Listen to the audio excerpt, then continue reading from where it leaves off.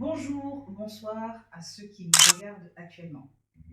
Nous sommes en face de l'incontournable de la musique gabonaise, Matt Seigneur Lion, membre du groupe Mauvaise Haleine, un groupe de rap qui a eu ses années de gloire, dont les chansons sont toujours écoutées 20 ans, et même un peu plus tard.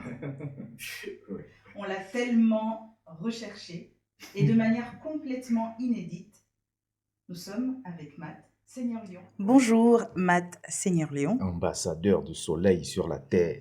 Exactement. Bonjour. Bonjour. Comment vas-tu? Ça va. Et toi? Je vais très bien, merci. Et ça plaisir. Ah, et ça plaisir. Traduction? C'est un plaisir. Enfant, en miennais, en pounou. Ah non, là, c'est... Je te laisse la charge. On en reparle tout à l'heure. Ok. Alors, je crois que comme tous tes fans, on est ravis de te revoir sur nos petits écrans. Ah, et ça plaisir pour vous aussi.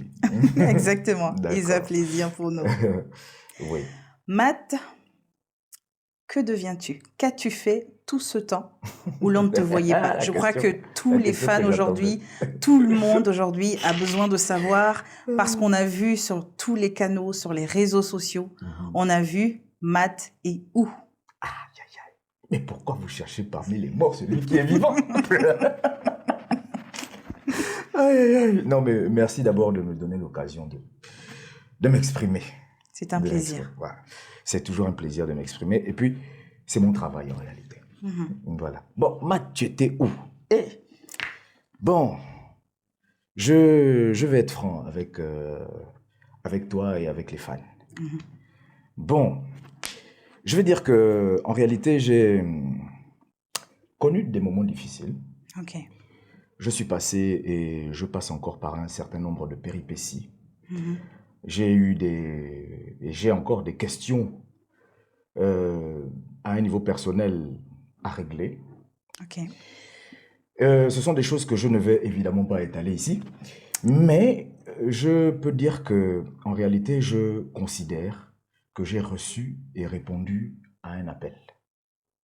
Cet appel-là que tout homme, que toute femme, à un moment donné de sa vie, reçoit, c'est un appel à marcher en fait vers une version meilleure, disons vers la version parfaite de vous-même. C'est un appel qui consiste en une série d'épreuves qui visent à faire la preuve de vous-même. D'accord. En esprit et en vérité. La sagesse ultime, quoi. En réalité, c'est ça, Nzila Nzambi. D'accord. Voilà. Et finalement, c'est la quête de tout homme. Oui, c'est la quête de tout homme, mais c'est un chemin long, un véritable parcours du combattant, un chemin sinueux, tortueux, semé de pièges et d'embûches, au bout duquel vous avez vous trouvez votre trésor personnel. C'est un chemin sur lequel on peut laisser la vie aussi. C'est finalement en fait une guerre intérieure. C'est ça Nzila Nzambi. D'accord. C'est ça Dibadi. Dibadi. Voilà. Dibadi signifie la guerre. Okay. La guerre sainte. D'accord. Voilà. Ici, on va contextualiser ça comme ça. Exactement. Voilà. La guerre sainte. Donc, je suis en guerre contre moi-même. Okay. Je marche vers ça et je comprends mieux qu'avant, mieux que jamais, qu'en réalité, tout changement n'est effectif que s'il n'est opéré de l'intérieur. Exactement. Il s'agit de ça. Très bien. C'est ça. Et ce changement s'opère sur Nzila Nzambi. Très bien. En tout cas, merci beaucoup de te livrer à nous comme tu le fais. Et ça plaisir. Et ça plaisir pour nous aussi. C'est mon travail de parler. Exactement. Matt Seigneur Lion, oui. Tu as toujours été très engagé dans tes textes et dans tes interventions par rapport à la politique gabonaise. Aujourd'hui, le Gabon a connu un détour politique, je vais dire ça comme ça. Et je crois qu'on aimerait avoir ton avis à ce sujet. Qu'as-tu à nous dire par rapport au coup d'État qu'il y a eu l'année dernière, par rapport à toute cette situation politique, économique, sociale, par laquelle le Gabon passe aujourd'hui? Ah ça, dis donc. La question est vaste. C'est vrai. mais il faut être concis. Mhm. Il faut être concis. On va tenter de ne pas On faire va 4 essayer. heures d'interview. On va essayer, on va essayer. Mais avant de commencer, je veux d'abord avoir une pensée spéciale pour tous ceux qui, en 2009, ont perdu la vie Ok. au détour des élections. Je veux avoir une pensée spéciale pour tous ceux qui ont perdu la vie, toujours au détour des élections, en 2016 cette fois-ci. Mhm. Et je veux avoir une pensée spéciale pour tous ceux qui, récemment, dont la perte, en fait, a fait polémique, a fait l'actualité. Mhm. Je pense précisément à Glenn Mundende. D'accord. Je pense à Ketch Oboro. Je pense à Rokewa, Ok. à Port-Gentil. Et je pense à Karl Akue Ango. Je marque un petit blanc de façon voulue pour symboliser une minute de silence à leur endroit. Parce que Nous sommes à l'écran, on ne peut pas s'étendre en silence sur un long temps. Mais voilà, c'est fait. Alors, je vais tenter d'essayer d'expliquer les choses en images. D'accord. Alors, il faut se figurer un homme enchaîné avec vraiment des chaînes de fer bien rouillées. Okay. D'accord. On va essayer de contextualiser.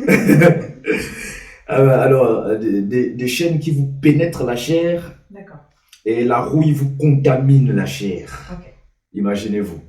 Alors, on imagine.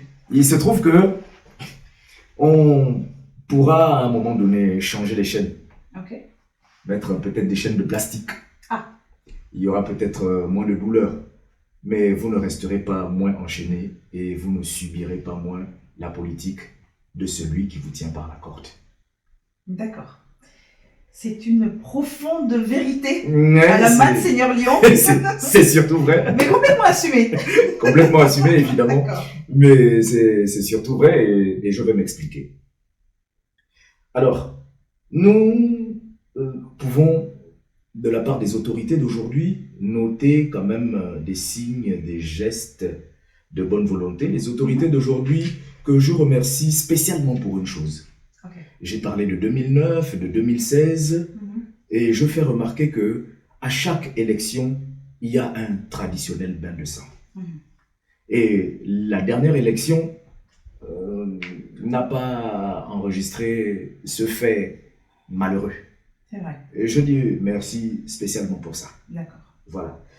Mais on peut certes noter des signes et des gestes de bonne volonté de la part des autorités d'aujourd'hui, mais nous ne restons pas moins quand même sous le joug d'une politique, comment on va dire, coloniale, occidentale, qui aujourd'hui encore perdure et qui se traduit par la politique monétaire que nous subissons, le franc CFA, inspiré directement du Troisième Reich allemand. Ok, d'accord. Nous fonctionnons avec un modèle institutionnel qui est complètement étranger à notre nature, à notre culture et à nos valeurs traditionnelles. En fait, ça m'emmène à dire que les gestes de bonne volonté qu'on peut noter doivent s'inscrire en réalité dans une dynamique de rupture. D'accord. Il n'y aura jamais de souveraineté tant que nous ne battons pas monnaie. Okay. Il n'y aura jamais de souveraineté tant que notre modèle institutionnel sera inspiré de l'étranger. Alors aujourd'hui, est-ce que, je sais que tu as beaucoup de profondeur dans tes propos. On va être succinct et on va essayer de répondre à cette question. Est-ce que tu estimes qu'aujourd'hui, il y a une quelconque lueur d'espoir pour le peuple gabonais après ce qui se passe? Est-ce qu'on peut entrevoir cela? En sachant que l'espoir fait vivre. Hein.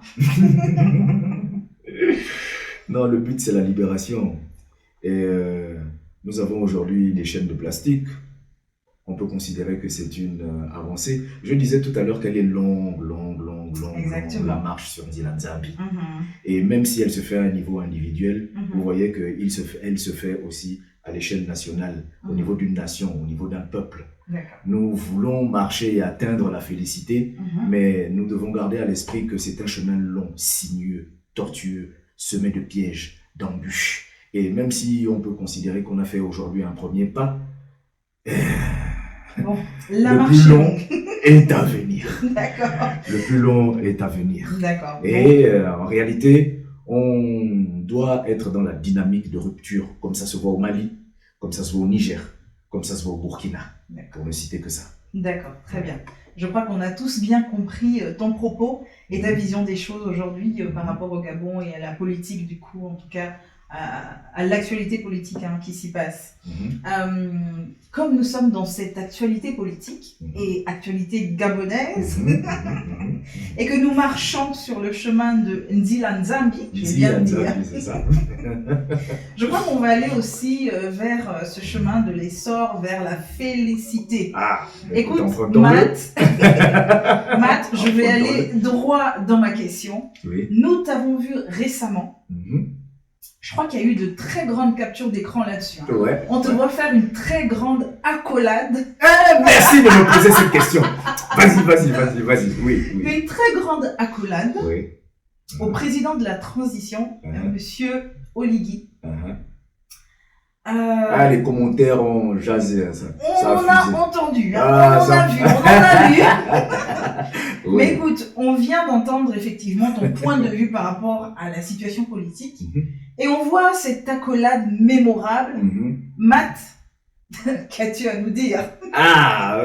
Mais merci de me poser la question. Mais, vraiment. Vous savez, en fait, moi je me suis retrouvé à cet endroit par hasard.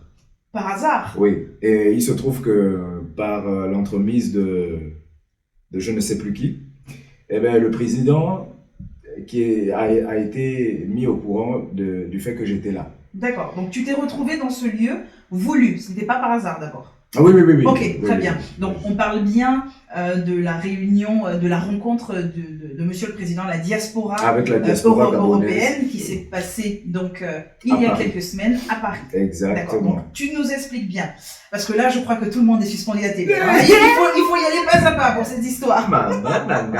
Tu nous expliques que tu viens à cette réunion aussi banalement que tout Gabonais, d'accord, de la diaspora qui veut faire face au président et entendre, participer à cette réunion-là. Mais il se trouve qu'il m'était sorti de la tête que j'étais l'ambassadeur du soleil sur la terre. Exactement, je crois que tu l'avais oublié. Et donc, le président a été mis au courant du fait que j'étais présent dans la salle. D'accord. Et lui, en très grand fan, je l'ai découvert et il ne s'en cache pas. Je crois que non. C'est un fan de mauvaise haleine et c'est Exactement. un fan de maths particulièrement. Et oui.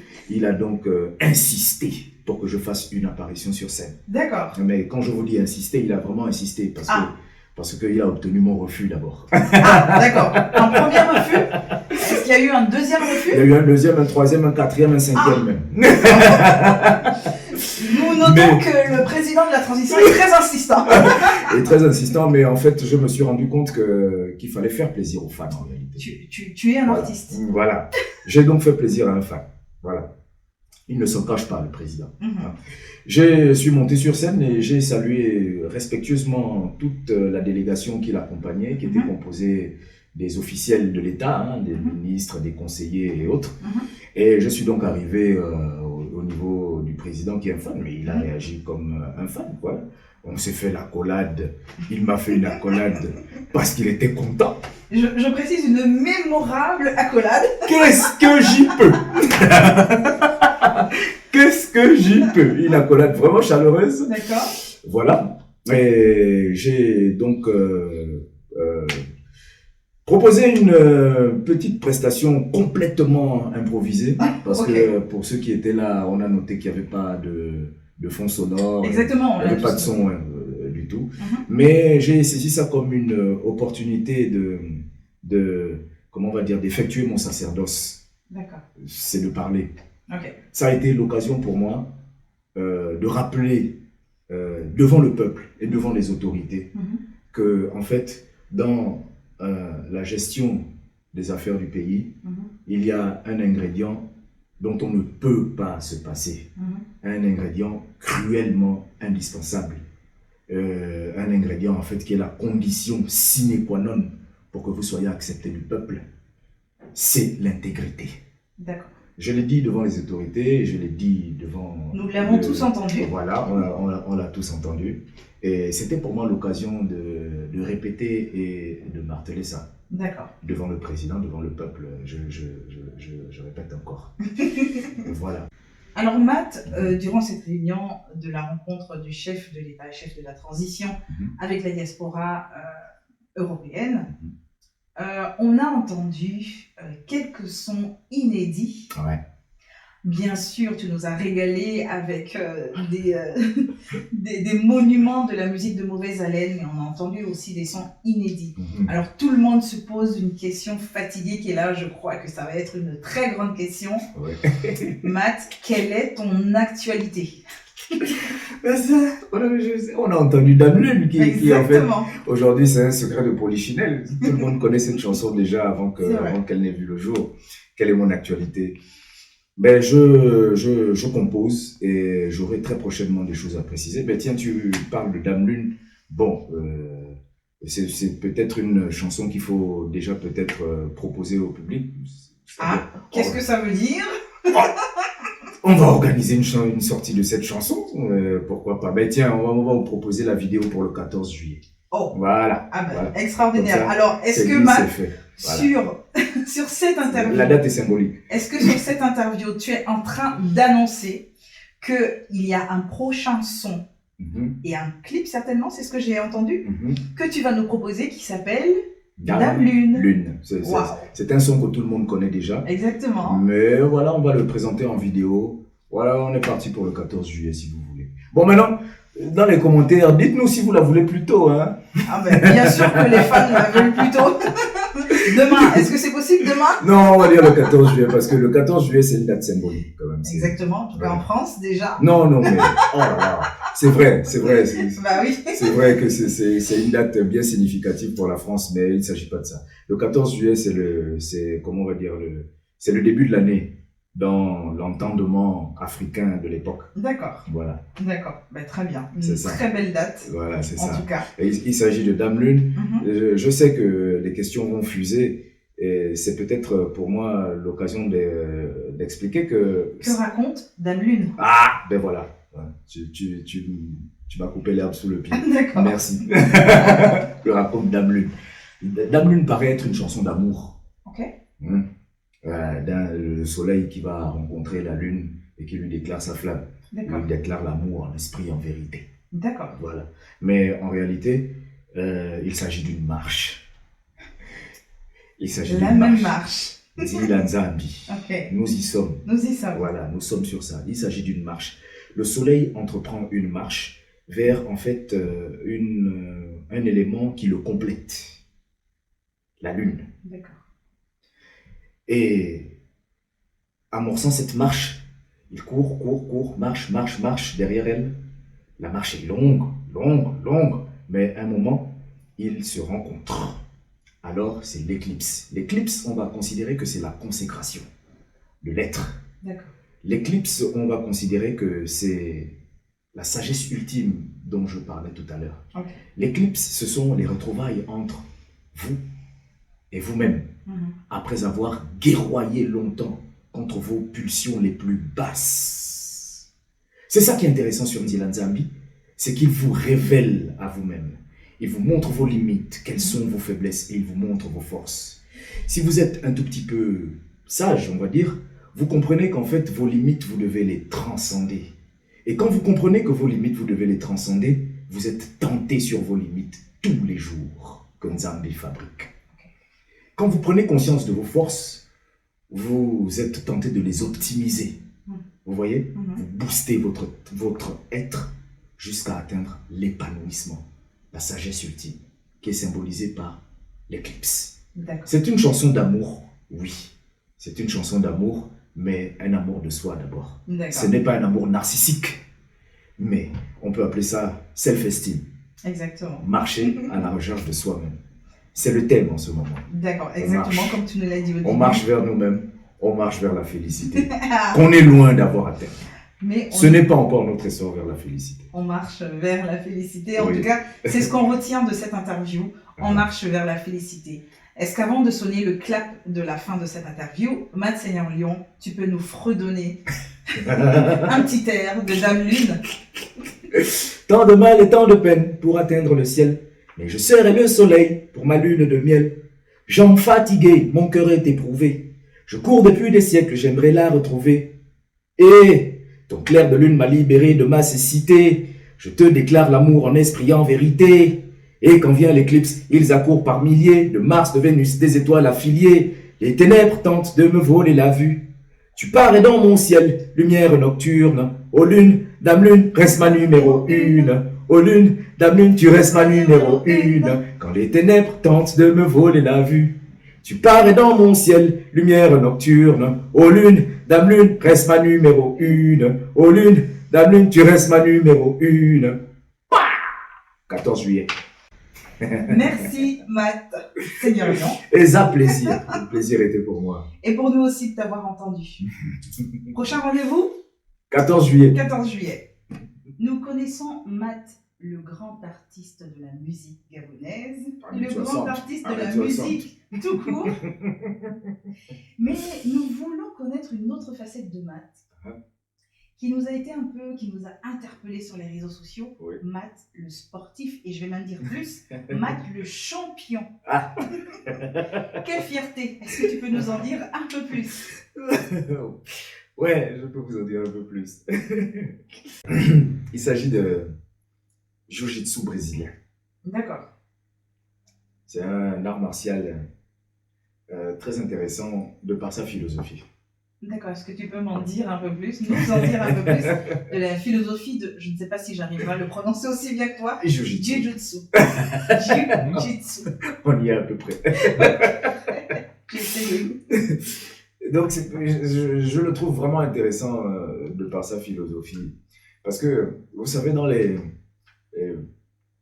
en situation de combat, vous pouvez avoir affaire à un adversaire qui est plus costaud, plus lourd. Et si vous en venez aux mains, bon, un coup de poing donné par un adversaire qui a 50 kilos de plus que vous, vous expédie directement 6 pieds sous terre. Alors que le contraire n'est pas garanti. C'est ce qui est fascinant, Matt. C'est absolument avec tout le respect que je te dois. On ne penserait pas que tu as la carrure d'un combattant d'arts martiaux. Non. Ok, mais tu es un champion de cette discipline. Je suis un combattant de la vie. D'accord. Je suis un guerrier en marche sur Nzila Nzambi. Un champion de cette discipline aussi, effectivement. J'ai été plusieurs fois champion d'Europe. Ok. J'ai été plusieurs fois champion de France. Wow. Au dernier championnat d'Europe, j'ai terminé vice-champion. Au dernier championnat de France, j'ai terminé avec la médaille de bronze. Donc, incroyable palmarès. Troisième place, oui. Wow. Un incroyable palmarès, mais surtout un long parcours. Oui. Vous voyez qu'on est toujours dans la marche.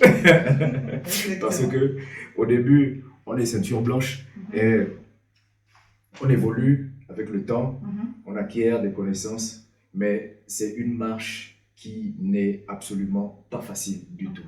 Vous livrez des combats, vous essayez d'acquérir des techniques et vous vous mettez en tête que vous aurez des adversaires de tous les gabarits, bien sûr, de toutes les tailles, de tous les états d'esprit. Des sauvages, des posés, des sages, des intelligents, des pas intelligents, des fonceurs, des brutes. Peu importe l'adversité, vous devez y faire face. Et je disais tout à l'heure que c'était un art martial qui est très intéressant de par sa philosophie. Pourquoi? Parce que en réalité, dans le Jiu-Jitsu, moi, de mes 30 kilos, je suis capable de soumettre, parce que c'est un art de la soumission avant tout. Exactement. C'est un art self-défense. Oui. Voilà. Je suis capable de soumettre un adversaire qui pèse 130 kilos. C'est ce qui est incroyable. Et c'est la beauté du Jiu-Jitsu. Exactement. Et cette déduction de la réalité est très intéressante. Parce que, en vérité, dans la vie, on a des défis très forts, très gros. impressionnant de prime abord. On a l'impression qu'on ne peut pas, mais en réalité on peut, parce qu'il y a toujours un chemin, il y a toujours un moyen d'arriver à la victoire. Parce que là où il y a la volonté, il y a un chemin qui se crée. C'est ça la philosophie et la beauté du Jiu-Jitsu. C'est-à-dire, c'est l'art martial du plus faible contre le plus fort. Ok. Voilà. Avec une possibilité pour le plus faible d'être un vainqueur. Exactement. Et c'est un peu ce genre de valeur que nous, on aimerait un peu impulser dans la jeunesse. Nous avons en fait le projet d'introduire cet art martial-là au Gabon. D'accord. Parce qu'il n'existe pas encore. Il y a le Jiu-Jitsu traditionnel japonais, mais pas de Jiu-Jitsu brésilien. D'accord. Nous, ou plutôt, ou peut-être je le dis vraiment modestement, je n'aime pas parler de moi de cette façon, mais je suis bel et bien le premier médaillé d'or sur une compétition à l'échelle mondiale. Waouh. Gabonais. C'est le Gabon premier qui gagne. médaillé d'or de cet art gabonais. D'accord. Avec mon ami Ekomi, on a fait notre première participation dans cette compétition-là. Ça s'est bien passé pour nous deux. Des frères dans la musique et des frères dans le sport et des frères en tant que champions. Exactement. Donc c'est cette comment on va dire, cet esprit de combativité, cet esprit de champion qu'on aimerait impulser, parce que il faut bien se rendre compte qu'on ne forme pas des champions sur le tatami, on forme des champions dans la vie. C'est ça. Et donc, de la ceinture blanche à la ceinture noire, c'est tout un parcours du combattant. Et après la ceinture noire, c'en est un autre encore. Voilà. Donc vous voyez qu'on est toujours vers cette marche vers la félicité. Vers la félicité. Ça comme ça. En tout cas, cette marche vers nous-mêmes. Ce sentier sinueux, tortueux, semé de pièges, d'embûches, au bout duquel votre trésor personnel se trouve. La sagesse ultime. Merci Matt de nous avoir accordé cette interview. C'est moi qui vous remercie de m'avoir donné l'occasion de m'exprimer. Merci de t'être livré de manière complètement honnête, de manière complètement naturelle comme tu es. Venez comme vous êtes, je crois que tu l'as bien fait. Ah oui, je vois de quoi il s'agit. On ne va pas faire de la pub. En tout cas, merci beaucoup pour ta présence. Je crois que tous les fans qui te regardent en ce moment sont ravis, encore une fois. Et avant de nous quitter, je te laisse le mot de la fin. Quelque chose que tu souhaiterais dire à tes fans, à ce public peut-être de plus jeunes qui ne t'ont pas vu encore sur scène ou qui ne t'ont pas expérimenté comme nous l'avons fait. Le mot de la fin est pour toi. Oula, je suis un peu surpris. Qu'est-ce que je peux dire pour finir? Je peux dire que, vous savez, on sera toujours appelé à tomber. On peut tomber bien bas. On va tomber souvent. On peut tomber souvent. Mais on doit se relever. On peut se relever. Et on doit continuer. Et on peut arriver. Nous avons amorcé une marche, puisque c'est le thème aujourd'hui en tout cas. Une marche qu'il faut se figurer au niveau personnel et être attentif et vigilant sur le fait que marcher sur ce chemin implique résolution, abnégation. Oh, qu'elle est longue, oh, qu'elle est longue. La marche vers la félicité, qu'elle est longue. La force et la résolution qu'elle incombe. C'est de force et c'est toute la résolution possible que nous devons nous armer pour courir sans fatigue derrière nos rêves, sans jamais vaciller. C'était le mot de la fin.